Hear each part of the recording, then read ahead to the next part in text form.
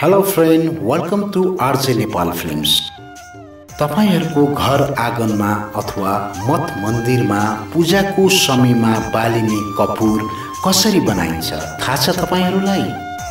थाहा छैन भने आज तपाईहरुलाई आरजे नेपाल फिल्म्सले यस भिडियोको माध्यमबाट कपुर बनाउने प्रोसेस देखाउने छु।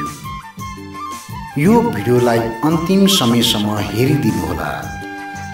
सनातन धर्ममा कपुरको ठूलो महत्व छ र प्राचीन समयदेखि नै कपुरको प्रयोग भएको देखिन्छ। प्रायजसोले सुत्नुभन्दा अगाडि कपुरलाई बाली सुत्ने गरिन्छ।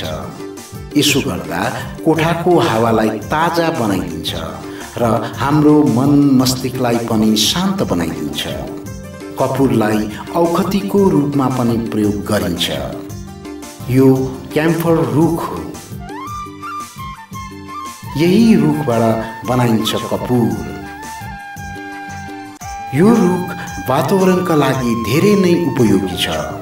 यो रुख जहाँ छ त्यहाँको हावा एकदमै शुद्ध र ताजा हुन्छ। कपुर बनाउने प्रोसेसमा सबैभन्दा पहिले क्याम्फर रुखलाई काटी यस रुखको मुढालाई ससाना टुक्रा गरिदिन्छ र यसलाई बत्तीमा राखी तातो गरी धुवाँ निकालिन्छ। यही धुवाँलाई पाइपको माध्यमबाट कुलरसम्म पुर्याउँछ। कुलरबाट छान्नीले निकाली यसलाई पाउडरको रूप दिइन्छ। यही पाउडरलाई क्याम्फर मेसिनमा राखी ट्याब्लेटको आकारमा कपुर बनाउँछ। यो भिडियो तपाईहरुलाई कस्तो लाग्यो? आरजे नेपाल फिल्म्सलाई सब्स्क्राइब गरिदिनु होला, बेल आइकनलाई क्लिक गरिदिनु होला, शेयर गरिदिनु होला, कमेन्ट गरिदिनु होला। धन्यवाद।